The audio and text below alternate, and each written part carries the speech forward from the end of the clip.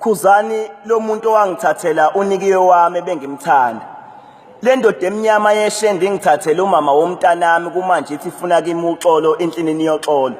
Awungixelele kwedini kutheni ungijonge kakubi weshende ngoba uwena wangichukuluza. Yazi uzongiphendulela owami ubaba uShembe ngakho endleleni yami ngawudede. Yazi laze langilaya nalijele mhlambe le ndoda emnyama ngaba izange imthatha unikiwe wami bengimthanda. Kodwa ke ngifuna ukwazi weshende ukuthi oseyishayila kakayose soyosila kakayidlo seyidlile usedla icala. Ngisho kuwe weshende la ngithathela umama womntanami. Yazi kodwa kube nami ngakhula abazali bami benemali ngaba kunjena manje naku ngakhula abazali bami bengenamali mhlambe nje ngabe ubaba wangihambisela noma amathola amane noma ngabe ngafunda njengezinye izingane ngibe nemali hleze ubengeka ngishiye unikiwe umama womntanami. Kodwa nawe baba kwakufanele ukuthi ungiyeke ngihambe nomama wami, kwakufanele ukuthi ungiyeke ngikhulele ekhaya komama. Buka-ke manje lo mama wathi angohlala naye uyangihlukumeza, kagcine sengihluthukelwa inhliziyo nami ngaziphindeselela, kagcine ngiboshelwa amahhala icala lami ngingalazi, lagcine lingidlileka ijele ngaboshwa basale bamthatha unikiwe wami.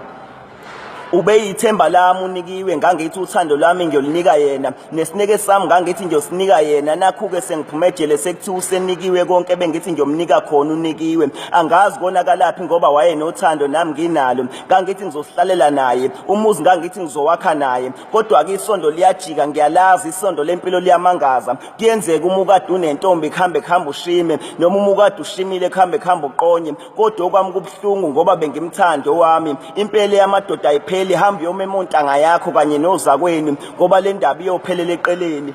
Yazi ngikhumbula lezi zinsuku sisahlala kulesa sihlahla samavukane esasilala izikhova singakushaya indiva lokho thina sizinakela uthando lwethu ngangiye ngiziphathele kusabhiyana ngoba sasiyohlukana seliyozilahla kunina usawakhumbula kodwa amazakho owawasho kule ntombi yakasithole eyangiqoma ngoci mhlazana uthi ngiyoduba ngihambe mawuthuka isoka lami mina isoka lami ngalifela wemna kwethu usangangifela kodwa namanje enhlizweni yakho noma sengazifela.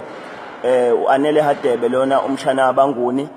Ngithena ama ke ngicikoze nje ngensika yomaskandi umuntu okuyena osasimisele umculo sayigugu kangaka kuthina abantu abangabezulu.